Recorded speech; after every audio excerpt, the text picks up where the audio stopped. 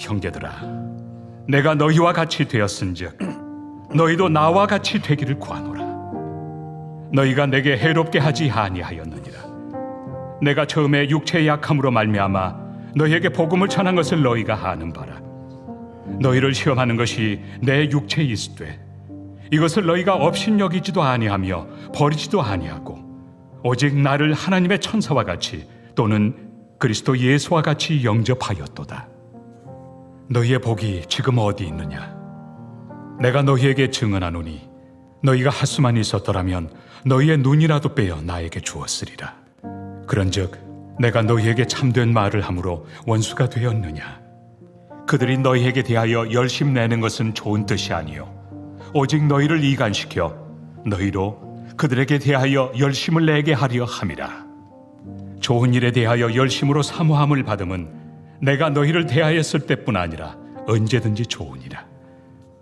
나의 자녀들아, 너희 속에 그리스도의 형상을 이루기까지 다시 너희를 위하여 해산하는 수고를 하노니 내가 이제라도 너희와 함께 있어 내 언성을 높이려 함은 너희에 대하여 의혹이 있음이라. 내게 말하라. 율법 아래 있고자 하는 자들아, 율법을 듣지 못하였느냐? 기록된 바 아브라함에게 두 아들이 있으니 하나는 여종에게서 하나는 자유 있는 여자에게서 낳았다 하였으며 여종에게서는 육체를 따라 낳고 자유 있는 여자에게서는 약속으로 말미암았느니라. 이것은 비유니 이 여자들은 두 언약이라. 하나는 신의 산으로부터 종을 낳은 자니 곧 하갈이라. 이 하갈은 아라비아에 있는 신의 산으로서 지금 있는 예루살렘과 같은 곳이니 그가 그 자녀들과 더불어 종노릇하고 오직 위에 있는 예루살렘은 자유자니 곧 우리 어머니라. 기록된 바 잉태하지 못한 자여 즐거워하라. 상고를 모르는 자여 소리질러 외치라. 이는 홀로 사는 자의 자녀가 남편 있는 자의 자녀보다 많음이라 하였으니 형제들아, 너희는 이삭과 같이 약속의 자녀라. 그러나 그때 육체를 따라 난 자가 성령을 따라 난 자를 박해한 것 같이 이제도 그러하도다. 그러나 성경이 무엇을 말하느냐? 여종과 그 아들을 내쫓으라. 여종의 아들이 자유 있는 여자의 아들과 더불어 유업을 얻지 못하리라 하였느니라. 그런즉 형제들아, 우리는 여종의 자녀가 아니요 자유 있는 여자의 자녀니라. 아멘. 다 이해가 되시죠? 예. 원래 맛이 없는 음식일수록 몸에는 좋은 법입니다. 성경을 읽다가 좀 난해하고 어려우면 그걸 통해서 하나님 진짜 좋은 것을 우리에게 주시기 위해서 최대한 쉽게 설명하고 있는 것이라고 이해하면 됩니다. 오늘 약간 교리 설교인데요. 우리 갈라디아서 7번째 시간을 보고 있습니다.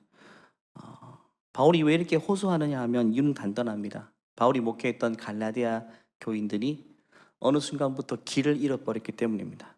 원래 있던 본래의 복된 자리에서 이탈해서 최악의 자리까지 내려간 것이거든요. 그것은 바로 복음의 자리에 은혜로 구원받는 자, 그 자리에 있다가 이제는 율법으로 구원받는다, 행위로 구원받는다는 최악의 자리로 스스로 내려갔기 때문에 바울은 지금 안타까운 마음으로 호소하고 있는 것입니다.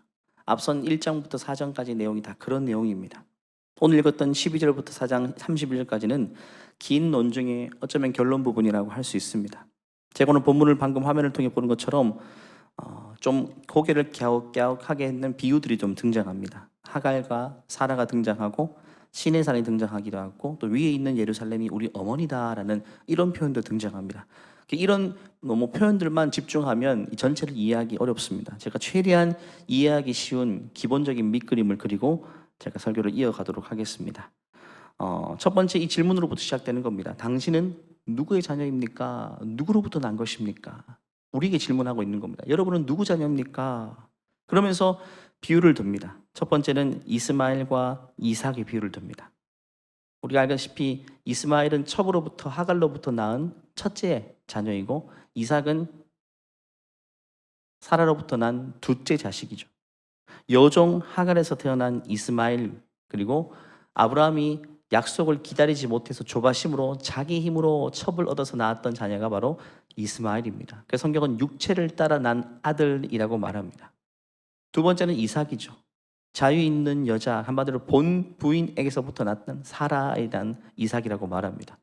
그는 이미 늙어 사실 잉태도 마찬가지고 불가능한 상황에서 하나님의 약속이 이루어진 결과로서 태어난 존재가 바로 이삭인 것이죠. 이 두 인생을 대조하면서 율법과 복음이 바로 그러하다라고 이야기합니다. 또 두 가지를 비유합니다. 바로 이스마엘과 이삭의 일을 통해 율법의 길과 복음의 길을 대조합니다. 율법의 길은 인간 스스로 힘과 노력으로 또 의로 만들려는 삶을 말합니다. 이것이 바로 아브라함이 아기를 낳고 싶은데 약속했던 자녀가 주어지지 않자 자기 머리를 굴려서 첩을 얻어서 아기를 낳은 것. 그게 결과가 이스마엘이죠. 율법이 그와 같다는 겁니다. 인간의 머리로부터 출발해서 인간의 열심으로 결론 지어지는 헛된 길을 율법의 길인데 이스마엘이라는 캐릭터가 그걸 잘 보여주고 있다. 반대로 이삭은 뭐냐면 하나님의 약속의 결과물입니다. 불가능한 것을 가능하게 한 하나님의 약속의 결과물로서 이삭의 존재가 주어지는데 그것이 바로 은혜의 복음이 상징하는 것이라고 이야기합니다. 그래서 오늘 본문은 12절부터 32절까지 크게 두 단락입니다. 먼저 12절부터 20절까지는 바울이 갈라디아 성도들에게 호소하는 겁니다. 정말 간절히 호소합니다.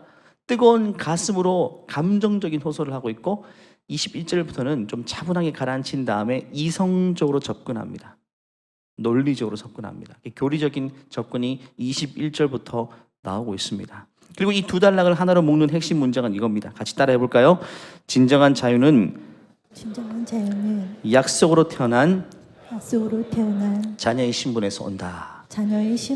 이것이 오늘 전체의 설교를 한 문장으로 요약하면 그렇습니다. 먼저 12절 말씀을 같이 읽어볼까요? 시작. 형제들아 내가 너희와 같이 되었은즉 너희도 나와 같이 되기를 구하노라. 너희가 내게 해롭게 하지 아니하였느니라. 바울은 호소합니다. 소리를 높여 이야기합니다. 내가 너희와 같이 되었다. 이것은 뭐냐면 갈라디아 교인들이 대부분 이방인들입니다. 율법에 익숙하지 않습니다. 그래서 바울은 그들을 구원하기 위해서 자기는 유대인임에도 불구하고 이방인처럼 된 겁니다. 이방인을 구원하기 위해서 자신의 율법적인 모든 것들을 내려놓고 이방인처럼 되어서 그들을 구원했단 말이죠. 그들의 마음을 얻었습니다. 그런데 이제는 뭐라고 말합니까? 그러니까 너희도 지금은 나처럼 돼야 된다. 내가 너희들처럼 되기 위해서 그렇게 한 것처럼 이제는 너희들이 나처럼 돼야 된다. 여기서 너희들이 나처럼 돼야 된다는 말은 율법에 얽매여서는 안 되고 지금 나처럼 복음 안에서 자유로운 삶을 살아야 된다는 걸 이야기하는 겁니다. 내가 너희를 위해서 수고를 감내한 것처럼 이제는 너희들이 본래의 자리로 돌아오기 위해서 수고하고 감내해야 된다고 이야기합니다. 그러면서 과거의 기억을 상기시킵니다. 그게 13절 14절입니다. 시작. 내가 처음에 육체의 약함으로 말미암아 너희에게 복음을 전한 것을 너희가 아는 바라. 너희를 시험하는 것이 내 육체에 있으되 이것을 너희가 업신 여기지도 아니하며 버리지도 아니하고 오직 나를 하나님의 천사와 같이 또는 그리스도 예수와 같이 영접하였도다. 바울이 처음 갈라디아 교인들을 접했을 때 그는 심한 병을 앓고 있었고 어느 모로 보나 매력적인 사람이 아니었습니다. 그 당시 질병은 저주의 증거이기 때문에 그가 말하는 것도 사실 일반적인 사람에게는 설득력이 없습니다. 다 기피하는 겁니다. 병들었다는 이유로. 그런데 바울이 갈라디아 교인들을 처음 만났을 때 그들은 바울의 이야기에 귀를 기울여 주었습니다. 그리고 그가 전했던 복음에 의해서 감동을 하고 감격을 했단 말이죠. 그 과거 이야기를 상기시킵니다. 그래서 15절에서 묻는 겁니다. 너희의 복이 지금 어디 있느냐? 내가 너에게 증언하노니 너희가 할 수만 있었다라면 너희의 눈이라도 빼어 나에게 주었으리라. 한때 나로부터 복음을 들었을 때 너희들이 감격이 있었지 않느냐? 그때는 정말 모든 것을 주를 위해 다 내어줄 정도로 그런 헌신된 모습이었는데 지금 그 감격, 그 감사, 복음의 감격이 어디 있느냐? 너희들 왜 본질에서 떠났느냐라고 이야기하고 있는 것입니다. 그래서 16절은 말하죠. 그런즉 내가 너희에게 참된 말을 함으로 원수가 되었느냐.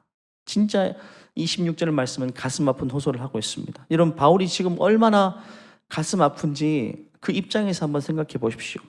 그는 정말 중요한 걸 빼앗긴 상태입니다. 우리가 이 땅에서 뭔가 빼앗겼을 때 가슴 아픈 경험을 하게 되죠. 예를 들면 우리의 재산이 빼앗겼다. 그럼 억울해서 잠을 이룰 수 없을 것입니다. 평생 벌어서 모은 돈으로 집을 장만했는데 그 수억 원이나 되는 집을 사기를 당해서 잃어버리게 되었을 때 잠이 올까요? 안 오죠. 알아눕죠. 지금 바울은 그보다 더합니다. 재산을 빼앗긴 게 아닙니다.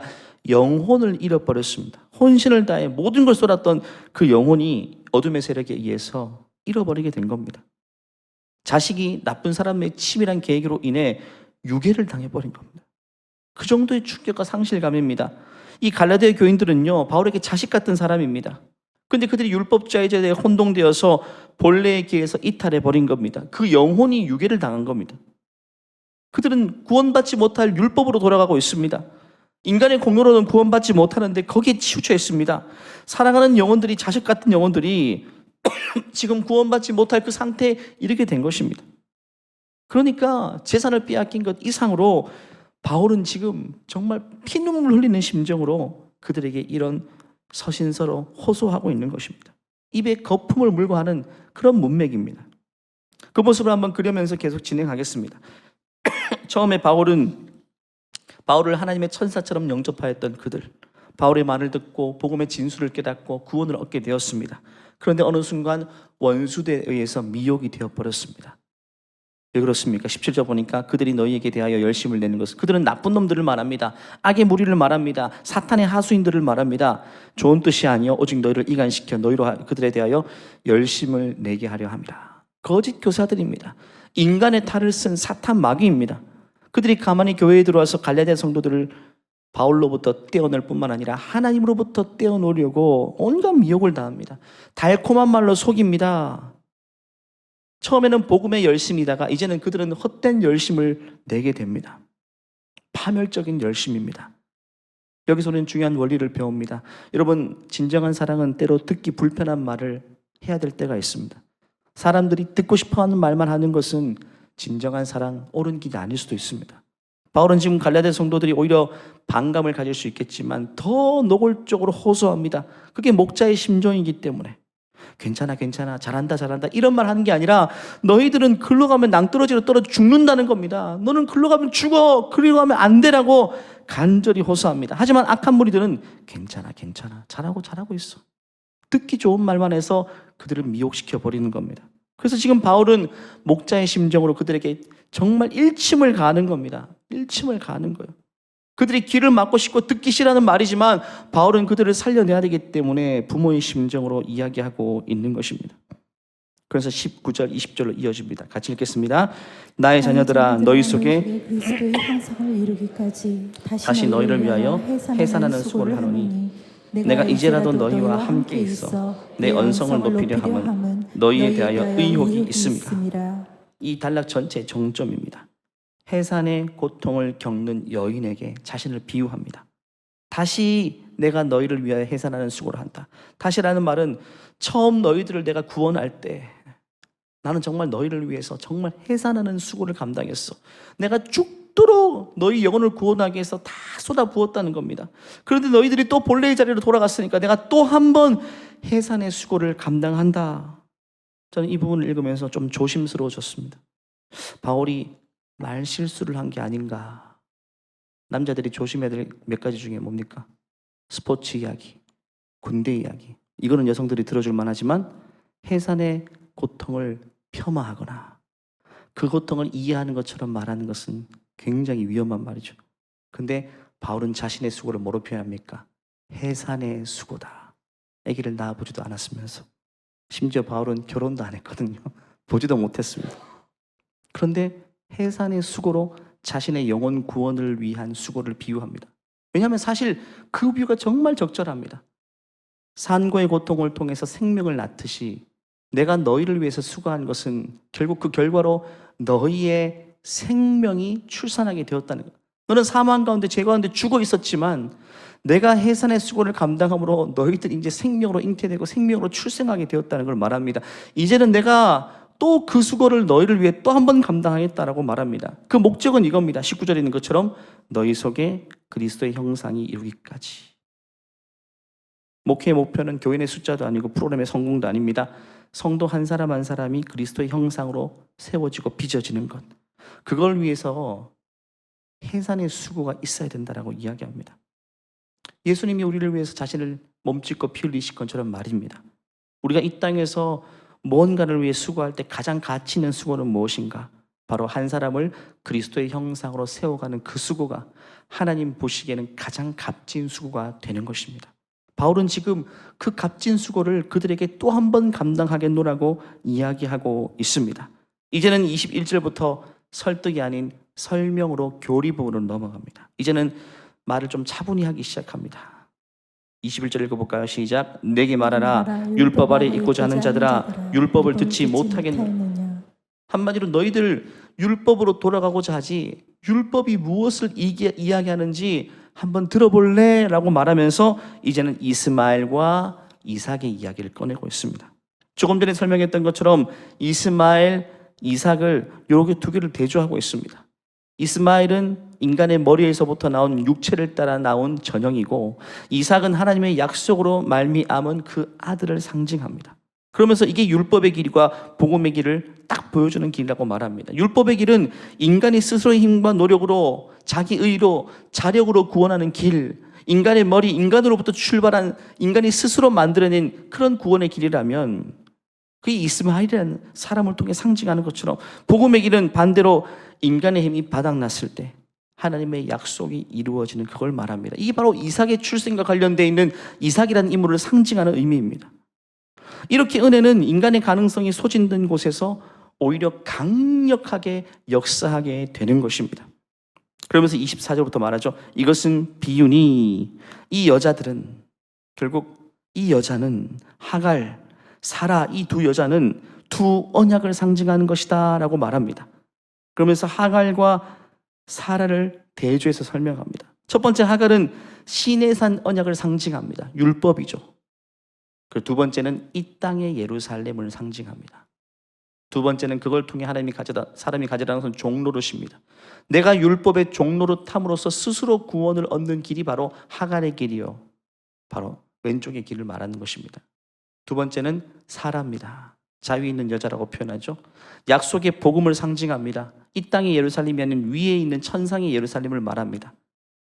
율법의 종노릇함으로 구원받는 것이 아니라 하나님의 자유케 됨을 통해서 구원을 얻는 길을 말하고 있습니다. 이삭이 상징하는 존재이죠. 그래서 이게 하갈을 말하는 것이 지금의 예루살렘을 말하는 것인데, 여러분 예루살렘 하면 좋은 뜻 아닌가요? 근데 아닙니다. 예루살렘은 율법주의의 본산을 말합니다. 그래서 하갈을 상징하는 겁니다. 율법으로 의를 얻고 율법으로 구원받으려 하는 모든 인간의 시도를 이 땅의 예루살렘이라는 것으로 상징하는 것입니다. 결국 그것은 아무리 열심히 살아봤자 결국은 종을 낳는 체계일 뿐이다. 아무리 율법에 내가 복종하고 순종해봤자 그것으로부터 태어나는 것은 자유인이 아닌 종을 낳게 되는 것뿐이다. 첫 번째 종, 두 번째 종, 종을 양산할 뿐이다. 이렇게 비유하고 있는 것입니다. 반대로 위에 있는 예루살렘은 자유자니 곧 우리의 어머니라는 표현이 있죠. 우리는 이 어머니, 우리를 자유케 하는 율법이 아닌 자유케 하는 바로 복음으로 난 사람이라고 이야기합니다. 우리의 뿌리는 이 땅의 율법 체계가 아닌 천상의 하늘의 약속에 있다라고 말합니다. 거기로부터 난 이삭이라는 존재가 그러하듯이 우리도 종으로 태어난 것이 아니라 그 안에서 자유인으로 태어나게 된다, 거듭나게 된다라고 이야기하는 것입니다. 그러면서 아브라함의 아내 사레와 그의 첩 하갈을 이런 식으로 대조하고 있습니다. 또 그의 각각 자녀인 이삭과 이스마엘을 똑같이 대조하면서 은혜와 율법에 가진 다른 길 정확하게 대조하고 있죠. 근데 너희들은 처음 은혜로 돌아왔지만 왜 또다시 율법으로 돌아가느냐? 너희들은 이삭으로 태어났는데 왜 이스마엘 모습처럼 돌아가느냐라고 이야기하는 겁니다. 27절 읽어볼까요? 시작. 기록된 바 잉태하지 못한 자여 즐거워하라. 상고를 모르는 자여 소리질러 외치라. 이는 홀로 사는 자의 남과 남편 있는 자의 자녀보다 많음이라 하였으니. 잉태하지 못한 자, 이사야서 54장을 인용하는 거거든요. 이것은 사라를 가르치기도 하고, 처음에는 잉태하지 못한 것 같은, 막힌 것 같은 소수이지만 결국에는 폭발적으로 성장할 복음 공동체인 신약의 교회를 상징하는 표현입니다. 잉태하지 못한 자가 결국에는 많게 된다는 표현이에요. 율법주의가 아무리 강하게 보여도, 약속의 자녀들이 아무리 위축되는 것처럼 보여도 결국에는 그들이 득세하게 될 것이다. 그게 천국을 말합니다. 결국 교회 공동체가 승리하고 궁극적으로는 복음이 승리하게 될 것을 미리 내다보면서 말하는 것입니다. 이것은 하나님의 약속이고 역사가 증명하는 사실입니다. 그러면서 이 긴 구절의 결론 부분으로 나아갑니다. 28절입니다. 형제들아 너희는 이삭과 같이 약속의 자녀다. 그렇기 때문에 너희들은 무엇인가? 이스마엘이 아닌, 율법의 자녀가 아닌 이삭과 같이 약속의 자녀다. 하나님이 사랑으로 너희들을 낳으셨다라고 이야기합니다. 갈리아데 성도들은, 그리고 오늘 이 자리에 있는 우리 모두는 이삭의 자리에 있습니다. 이스마엘의 자리가 아닙니다. 인간의 노력이나 율법의 준수로 인해 하나님 앞에 선 것이 아니라 하나님의 약속, 하나님의 은혜가 우리를 자녀 삼아주시고 여기까지 서도록 하신 것입니다. 그게 우리의 신분이고 정체성입니다. 그런데 29절은요, 이 자녀들에게 주어진 냉혹한 현실을 직시하라고 합니다. 29절을 보니까 그러나 그때 육체를 따라 난 자가 성령을 따라 난 자를 박해한 것 같이, 누구를 말하죠? 이스마엘이요, 이삭을 박해했거든요. 먼저 태어났다고, 덩치가 크다고.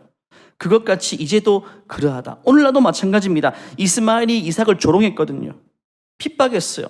율법주의는 항상 복음주의를 박해합니다. 지금도 마찬가지입니다. 율법주의자 덩치가 더 커 보입니다.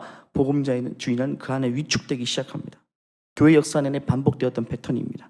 이걸 해야 구원받는다, 저걸 해야 하나님께 인정받는다, 이런 인간의 노력으로부터 기인한 율법주의, 그런 틀에서 나타나는 소리는 늘 교회 안팎에 들려오고 득세하고 그들이 돋보이고 그들이 뭔가 하는 것처럼 보였습니다.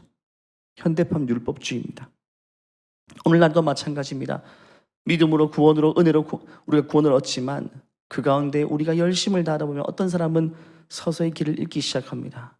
내가 행위로 뭔가 열심히 해서 하나님께 인정받고자 하는 율법주의 근간으로 또 회개하려는, 돌아가려는 인간의 몸부림, 그 몸부림이 어느 때보다 항상 어느샌가 득세하고 세력을 얻고 다수였다라고 이야기합니다.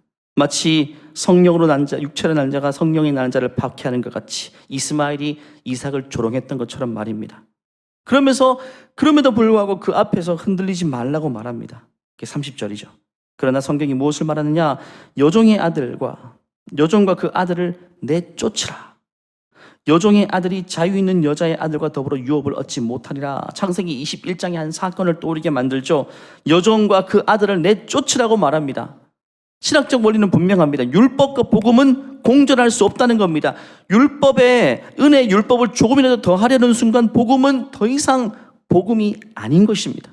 믹스가 될 수 없습니다. 여종의 아들 이스마엘과 사라의 아들 이삭은 절대 화해를 하고 형제가 될 수 없습니다.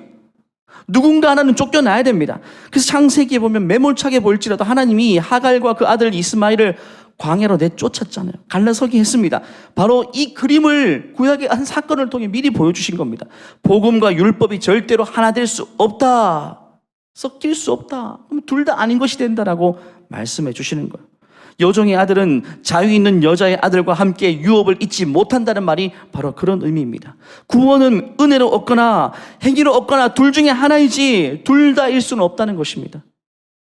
둘 중 어중간할 수 있는 그런 선도 없다는 것입니다. 그래서 31절의 결론입니다. 같이 읽겠습니다. 그러나 형제들아, 우리는 여종의 자녀가 아니요 자유 있는 여자의 자녀니라. 아멘. 우리의 신분을 마지막으로 선언하고 있습니다. 우리는 여종의 자녀가 아닙니다. 율법의 자녀가 아닙니다.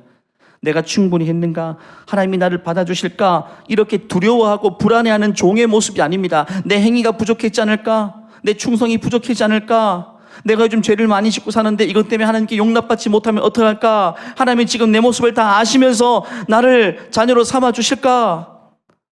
이런 생각 가운데 잡혀있는 사람, 바로 그들은 이스마엘의 자녀이고 율법의 자녀이고 종의 자녀인 겁니다. 그런데 우리는 그런 자녀가 아니라는 것입니다. 우리는 자유인의 자녀요, 바로 이삭과 같은 신분, 이것을 말하는 것입니다.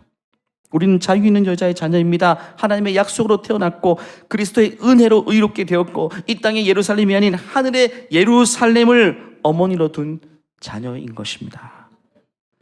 와, 다 이해가 되십니까? 대단하십니다. 정말 대단하십니다. 말씀을 마무리합니다. 오늘 본문은 어려워 보이지만 결국 이 하나의 질문으로 모입니다. 당신은 누구의 자녀입니까? 누구로부터 태어난 겁니까? 율법으로 말미암아 인간적인 노력의 결실입니까? 아니면 하나님의 약속으로부터 말미암은 은혜의 자녀입니까? 전자가 아니라 후자임을 바울은 상기시켜 줍니다. 사랑하는 여러분, 우리 역시 마찬가지입니다. 우리는 하갈의 자녀입니까? 아니면 사라의 자녀입니까? 율법의 자녀입니까? 약속의 자녀입니까? 이 경계선상에는 아무것도 아니라는 걸 말해줍니다. 경계선에 어중간하게 서 있는 것이 아닌 정확하게 둘이 합할 수 없으니까, 둘이 형제가 될 수 없으니까 우리는 어느 한쪽에 서야 된다는 것을 말합니다. 바로 사라의 자녀, 약속의 자녀이다. 이 사실을 상기시켜주기 위해서 오늘 바울은 해산하는 수고를 또 감당해 내겠다라고 말씀하십니다. 저도 이 설교 준비하기가 쉽지 않았습니다. 해산을 감당하는 것 같은, 어렵고 헷갈리고 어떻게 하면 쉽게 설명할까? 하지만 귀 있는 자는 들을지어다 이해하시고 결국 약속이 있는 자녀, 종의 모습이 아닌 자유인의 모습으로 살게 되실 줄 믿습니다. 오늘 이 말씀을 통해 다시금 우리 찬양 부를 찬양의 가사처럼 은혜 아니면 살아갈 수가 없네. 하나님, 나는 무익한 종입니다. 내 삶은 부족합니다. 내 행위는 부족합니다. 아무리 생각해도 나는 자격이 없습니다. 하지만 오직 그리스도의 공로로, 그리스도의 보혈로 나는 은혜 앞에, 주님 앞에 섭니다. 이 고백으로 항상 나아갈 수 있는 우리 모두가 되시기를 간절히 축원합니다. 이 시간 다 같이 일어나실까요? 함께 기도하시겠습니다. 하나님, 주님, 나의 부족함을 아시죠? 나의 연약함을 아시죠? 복음을 깨달았다고 말하고 예수 그리스도의 공로를 내가 안다고 고백하지만 실제 내 삶 속에서는 결국 하나님과 어울리지 않은 내 모습들이 많습니다. 지금 내 생각의 영역 안에서도 하나님이 기뻐하지 않는 부분들이 분명히 있습니다. 지금 내가 살아가고 있는 길 도상에서도 하나님께서 받으실 만한 그런 모습도 있겠지만 어떠한 부분은 부끄럽기 그지없는 부분도 있습니다. 하지만 하나님 아버지, 그럼에도 불구하고 이런 나를 위해 예수님께서 십자가의 고통을 감당하셨을 줄 믿습니다. 이런 나를 위해서 몸지고 피 흘리신 그 예수님의 공로만을 의지합니다. 나는 약속의 자녀입니다. 율법의 자녀가 아닙니다. 그 어떤 순간에도 갈라디아 교인들이 넘어진 것처럼 미혹되지 않게 도와주시고 오직 복음, 오직 은혜로만, 오직 예수 그리스도의 공로로만 살아가게 하여 주시옵소서. 주여 보내치고 결단하며 기도합니다. 주여, 하나님 아버지, 은혜로 구원해 주심을 감사합니다. 은혜로 구원해 주심을 감사합니다. 원수 같은 우리를 위해 십자가에 달려주시고 자격 없는 우리를 위해서 피 흘려주시고 하나님 아버지, 예수님께서 그 고귀한 피, 무지한 피를 흘리셨습니다. 나 같은 자를 위해서, 하나님 아버지, 자격을 갖추지 못한 나를 위해서, 하나님 아버지, 원수의 자리에 있었던 나를 위해서 예수님께서 모든 것들을 다 희생해 주셨습니다.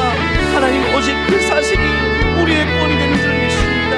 하나님 아버지, 그 사실을 한시라도 잊지 않게 도와주시고, 하나님 아버지, 나 잘난 것에 살지 않게 도와주시고, 내 행위로 승부하지 않게 도와주시고,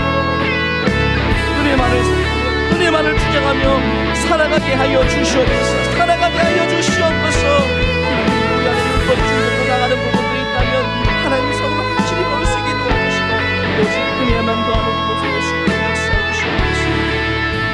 하나님, 우리는 불의하고 우리는 하나님과 원수되었지만 오직 미쁘시고 의로우신 하나님께서 당신의 아들을 이 땅에 보내셔서 자격 없는 가치 없는 우리를 위해서 하나님 가장 사랑하시는 독생자를 희생하여 주심을 감사합니다. 아들 예수님께서 우리 같은 정말 쓸모없는 인생을 위해서 가장 가치 있는 것을 아낌없이 내어주셔서 감사합니다. 하나님, 다른 것 의지하겠습니다. 나를 위해 십자가 달리신 예수님의 공로만을 의지합니다. 나를 위해 모든 것을 이루신 하나님의 은혜만을 쫓아 살아갈 수 있게 하여 주시옵소서. 그 어떤 경우에도 내가 무엇을 한 거나 내가 뭔가를 공로를 쌓지 않게 도와주시고 끊임없이 하나님 아버지 율법 주제로 가지 않게 하시고 은혜의 주제로 갈 수 있게 도와주시고 하나님 노예가 아닌 자유인의 모습으로 살아가게 도와주시고 이스마엘 같은 모습이 아닌 이삭의 모습으로 살아가게 하여 주시옵소서. 이번 한 주간에 우리의 삶도 한없이 부족하겠지만 그럼에도 불구하고 하나님의 은혜에만 의지하여 살아가는 우리의 삶이 될 수 있도록 함께하여 주시옵소서. 감사드리며 우리 주 예수 그리스도 이름으로 기도하옵나이다. 아멘. 예수 그리스도의 공로로 우리를 자유케 하시고 우리에게 구원을 선물로 허락하신 하나님께 영광의 박수 올려드리겠습니다.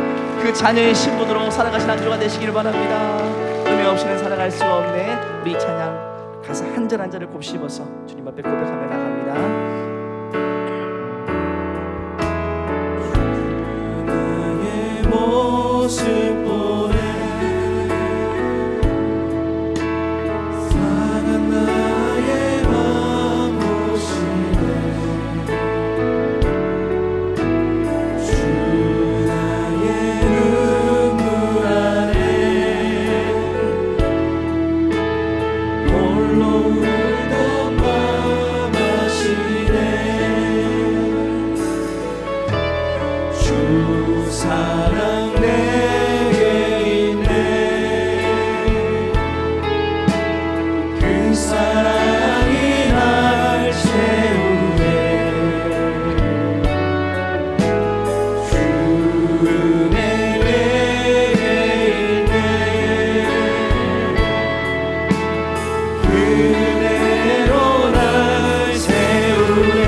세상 소망 다 사라져가도 세상 소망 다 사라져 주의 사랑은 끝이 없습니다.